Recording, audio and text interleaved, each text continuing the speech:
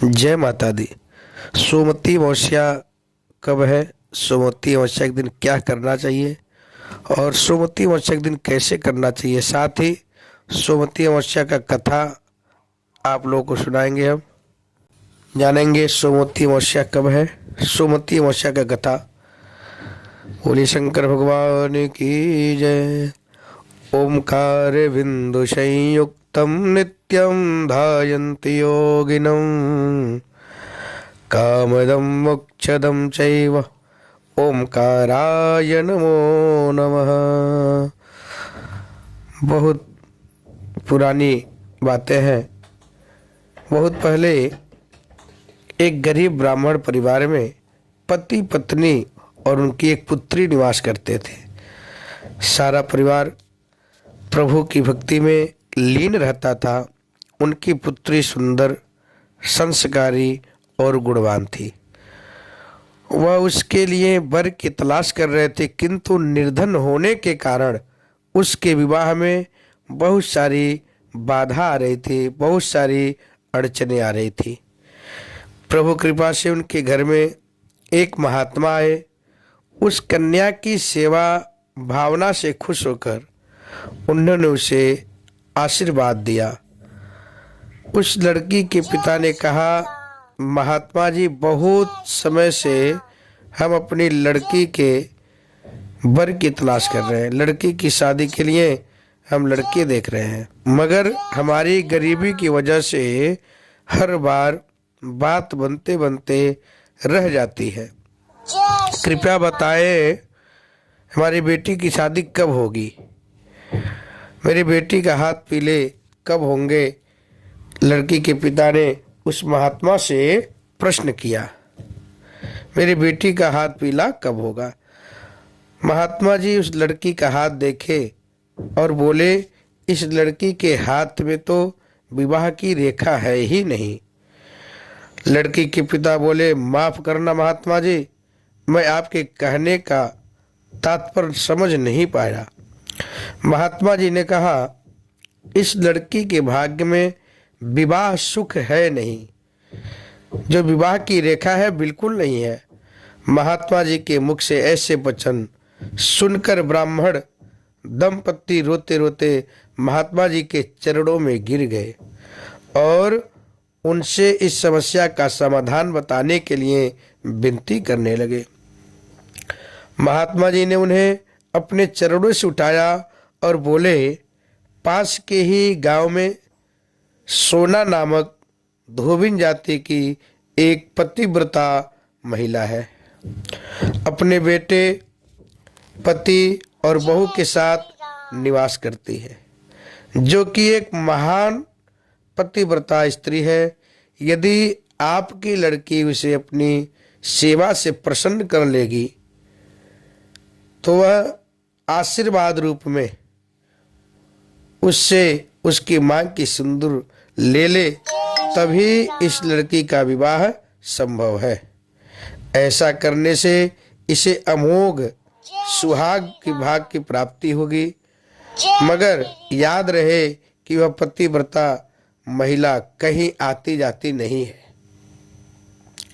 महात्मा जी ब्राह्मण दंपत्ति के घर से विदा हो गए। ब्राह्मणी ने अपनी लड़की को अगले दिन सुबह बिल्कुल भोर होते ही धोबिन की सेवा करने के लिए भेज दिया। लड़की पूरे दिल से सोना धोबिन के घर की साफ सफाई, सारा काम और अन्य सारे कार्य उनके घर से उठने से लेकर के सोने के जितना भी काम होता है सारा उनको उठने से पहले ही करके सब संपन्न कर दिया और घर अपने लौट आती है। यह क्रम बहुत दिन तक चलता रहा, महीनों तक चलता रहा। एक दिन धोना जैसे जो धोबिन थी, सोना धोबिन, अपनी बहू को शाबाशी देते हुए बोली, तुम तो ब्रह्म मुहूर्त में उठकर ही घर का सारा काम कर लेती हो और मुझे आभास तक नहीं होता है, मुझे पता तक नहीं चलता। बहू बोली, नहीं माताजी, माफ करना, मैं तो सुबह देर से उठती हूँ, मुझे लगा घर का सारा काम आप करती हैं। अगले दिन सुबह होते ही सास बहू उठकर घर के एक कोने में छुपकर निगरानी करने लगी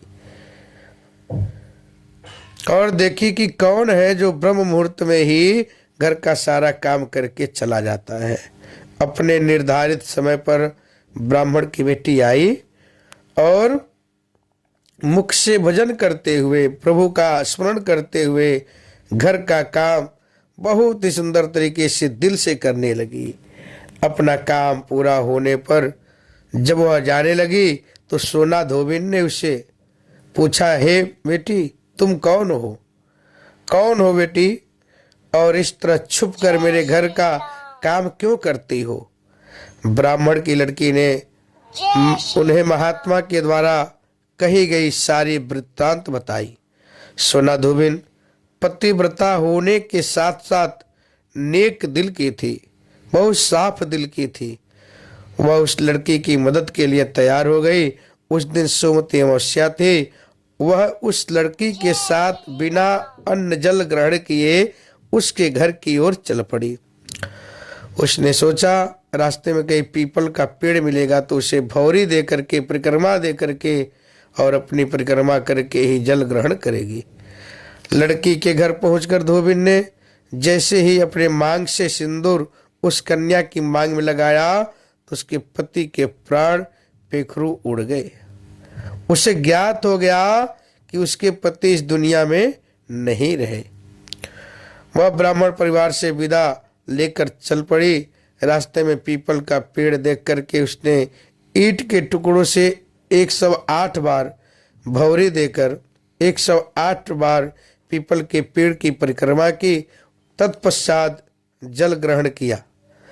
तभी उसके पति की मृत शरीर में प्राण लौट आई। सोमवती अमावस्या के दिन अपने मनोरथों की पूर्ति के लिए धोबी परिवार को भेंट इत्यादि देने का भी विधान है सोमवती अमावस्या के दिन।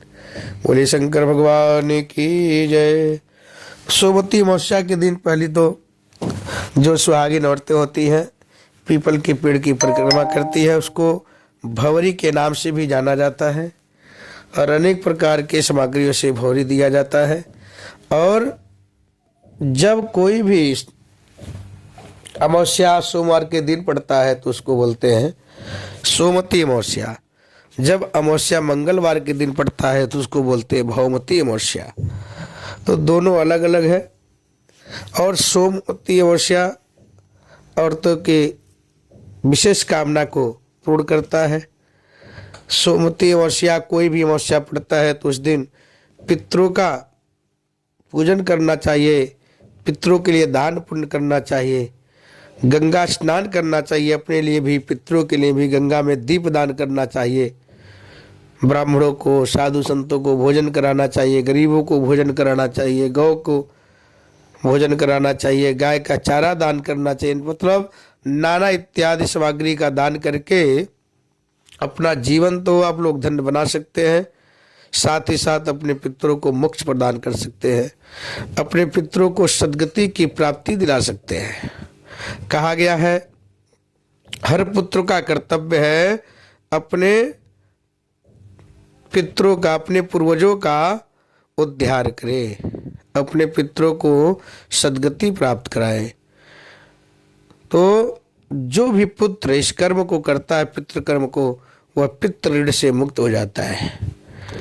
नहीं तो जितना माँ बाप का, बड़ों का उपकार होता है, परोपकार होता है सभी के ऊपर, वह पूरे जीवन प्रयत्न तक कभी उतार नहीं सकता है।